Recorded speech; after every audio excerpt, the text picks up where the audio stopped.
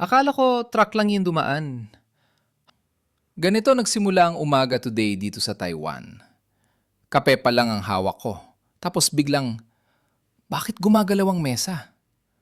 Seconds later, earthquake na pala. Tahimik sa labas pero ramdam mo yung kaba sa dibdib.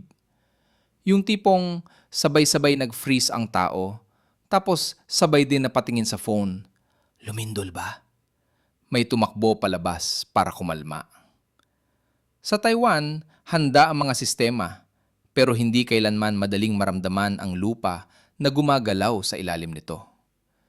Kahit ilang beses mo na marinig sa balita, iba pa rin kapag ikaw na ang nakaranas. Biglang lahat nagiging grateful sa signal, sa buhay, sa mga taong safe. Prayers up for everyone. Stay safe, Taiwan.